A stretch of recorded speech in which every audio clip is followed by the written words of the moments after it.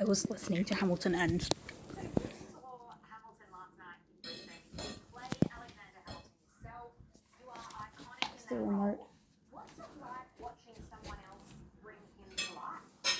Oh, it's great. I mean, it's not a case of compare and contrast. It's more of you commiserate when you play Hamilton. You're part of a fellowship, a very small club that not a lot of people are in. And you talk about stuff like, what do you do when the turntable doesn't work? What happens?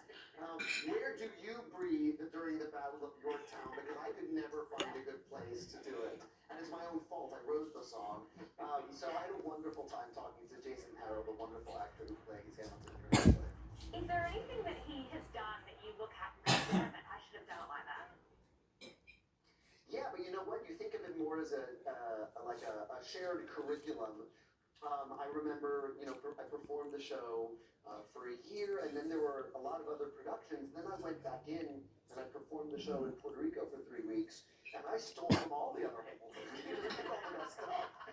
Hamilton is now a global hit, but I think before this became a thing, Hamilton was sometimes described as a forgotten founding father. What was it about the character that made you think, I can actually turn this into something that is a smash hit global musical? Yeah, I wasn't thinking in those terms, obviously, because how could you? I'd be pretty insane if I were. But I do remember thinking, reading Ron Chernow's wonderful biography of Hamilton, and three things struck me. One, I didn't know that he grew up in the Caribbean and came to New York around the same age that my dad went from growing up in the Caribbean and going to New York. And then the biggest thing was he was a writer.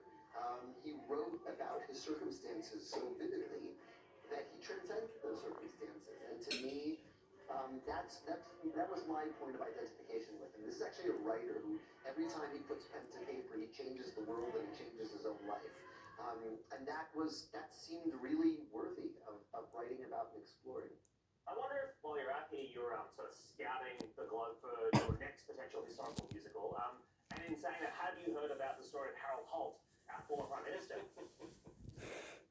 No, I'm afraid I haven't. And I also want to sort of put a damper on it. I'm not writing another historical musical. Okay, well, just in case it went extravagant at all, we had a Prime Minister back in the 60s who we lost. We don't know where he is, you know what happened to him. It's a huge mystery. So if you are looking for inspiration, this is true. I've sent your people about 30 emails pitching this idea, and for some reason, you've never responded, and I can't imagine why.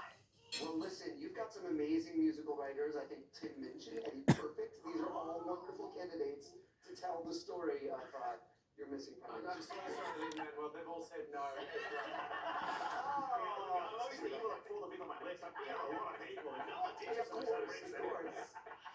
Lin-Manuel, we'll have to leave it there. Hamilton is on now in Brisbane. Please also check your junk mail for emails from Michael. There's quite a few of them there. Would you please thank Lin-Manuel Miranda?